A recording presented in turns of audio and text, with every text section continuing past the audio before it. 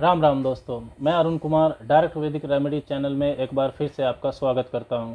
दोस्तों, आज चर्चा करेंगे बृहस्पति गुरु ग्रह जब कुंडली के चौथे भाव में उपस्थित होते हैं तो क्या संकेत मिलते हैं।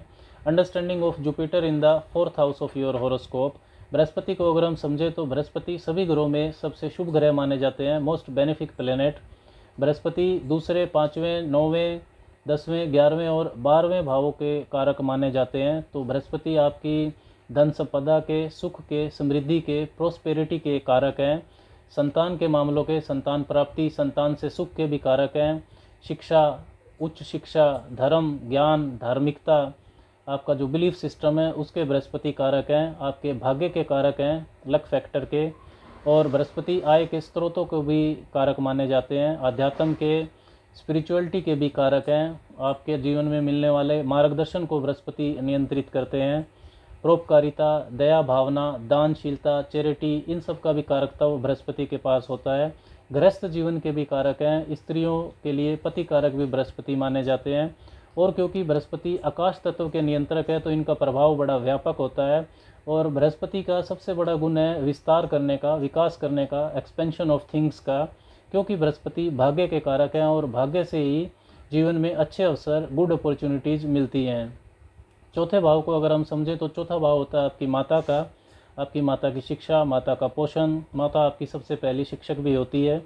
पोषण, सेवा भाव, सबका भला चाहना, दुनिया को भावुकता से देखना, अपनेपन से देखना, जो गुण कर्क राशि के होते हैं वही गुण चौथे भाव में भी पाए जाते हैं। चौथा भाव सुख का भाव है। सुख सुविधा के साधन, कॉन्वीनियंसीज एंड कम्फर्ट्स, वाहन, आपका घर, इन सब का कारक चौथा भाव होता है। घर की खुशी, मानसिक शांति भी चौथे भाव से देखी जाती है। चौथा भाव ज़मीन का भी होता है, प्रॉपर्टी का, रियल एस्टेट का और होमलैंड को रिप्रेजेंट करता है। आपके जन्म स्थान के जो आसपास के लोग होते हैं वो चौथे भाव से देखे जाते हैं। और मिडिल क्लास तक की जो शिक्षा होती है वो भी चौथे भाव से देखी जाती है। बृहस्पति का चौथे भाव में होना एक मजबूत स्थिति है। बृहस्पति चौथे भाव में बहुत ताकतवर माने जाते हैं। काल पुरुष के जन्मांक में, नेचुरल जोडिएक में, जो मेष लगन का होता है, कर्क राशि आती है चौथे भाव में, जिसमें बृहस्पति उच्च के होते हैं। चौथे भाव में अगर बृहस्पति है तो मन में ऑप्टिमिज्म भरता है, मानसिक बल प्रदान करता है, मानसिकता में आशावादी होना इस चीज़ को बढ़ाता है। आपकी सोच, थॉट प्रोसेस में सकारात्मकता, पॉजिटिविटी देता है। घर के जो मुखिया के चौथे भाव में अगर बृहस्पति है तो वो परिवार के लिए अच्छा मार्गदर्शक हो सकता है। परिवार के लोगों और अपने आसपास के, घर के आसपास के लोगों के लिए वो प्रेरणा स्रोत भी हो सकता है। इंस्पायरिंग पर्सनैलिटी वो होगा। बृहस्पति अगर चौथे घर में है तो माता या माता तुल्य जो महिलाएं होती हैं उनसे विशेष मार्गदर्शन मिलता है। वो मार्गदर्शन कैरियर बनाने में भी मदद करता है। माता एक गुरु की तरह होती है।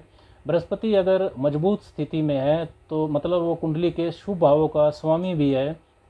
तो आपके पास घर, मकान, सुख सुविधा के साधन, वाहन आदि आसानी से आ जाएंगे।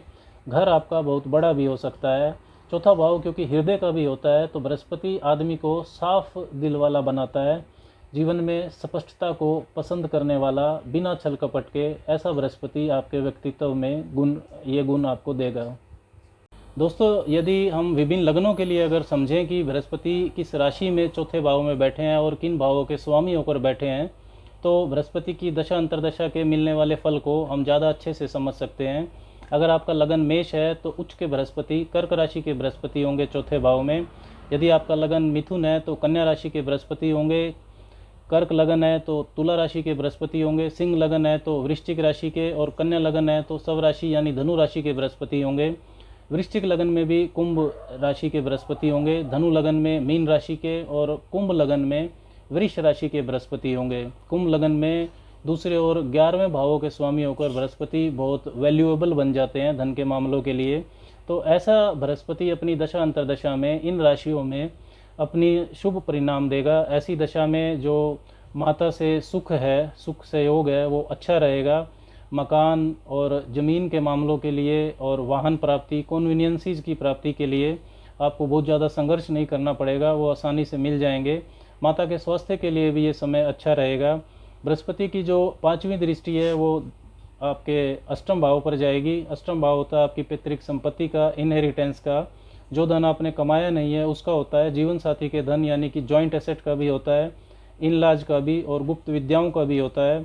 जीवन में अचानक आने वाले उतार चढ़ाव को भी अष्टम भाव से देखा जाता है, और मृत्यु व पुनर्जन्म जैसी जो स्थितियाँ होती हैं, ट्रांसफॉर्मेशंस, वो भी अष्टम भाव से ही देखी जाती हैं।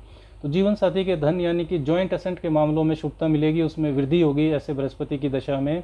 इनलाज के साथ आपको संबंध सहयोग जो है वो अच्छा रहेगा, और गुप्त विद्याओं में ज्योतिष तंत्र मंत्र में आपका झुकाव बढ़ सकता है। पैतृक संपत्ति का अगर कोई उलझन है तो वो ऐसे बृहस्पति की दशा में सुलझ सकती है।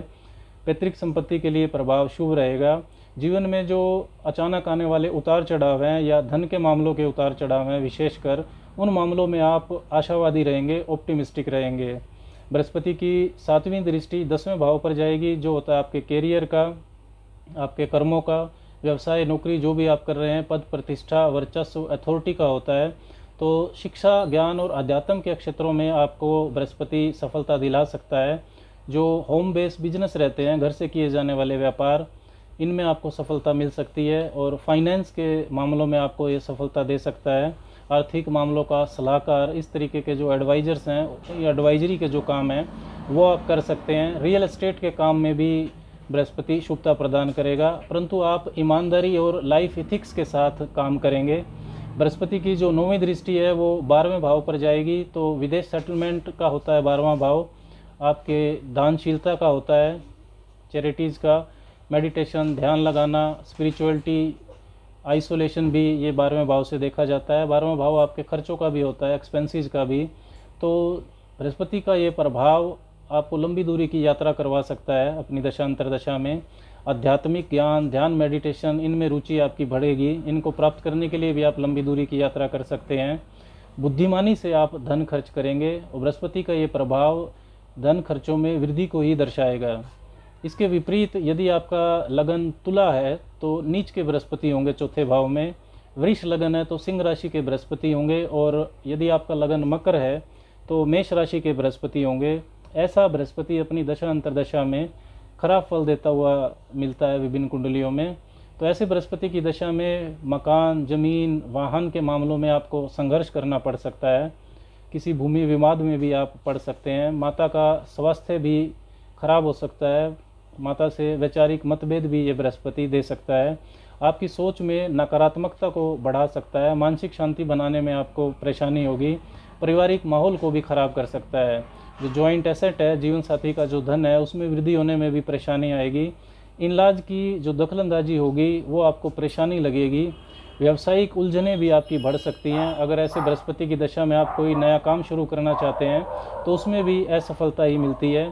फिजूल खर्ची आपकी बढ़ सकती है। लेकिन अगर बृहस्पति नीच के हैं तो विदेश में स्थायित्व यानी कि फॉरेन सेटलमेंट के लिए इनका प्रभाव शुभ रहेगा, और दान करने के बाद आप दिखावा ज़्यादा करेंगे। दोस्तों, बृहस्पति के चौथे भाव में होने पर ये जो फल मैंने आपको बताए हैं, इन फलों में अन्य ग्रहों के प्रभाव से बदलाव होना संभव है। आज के लिए बस इतना ही। राम राम।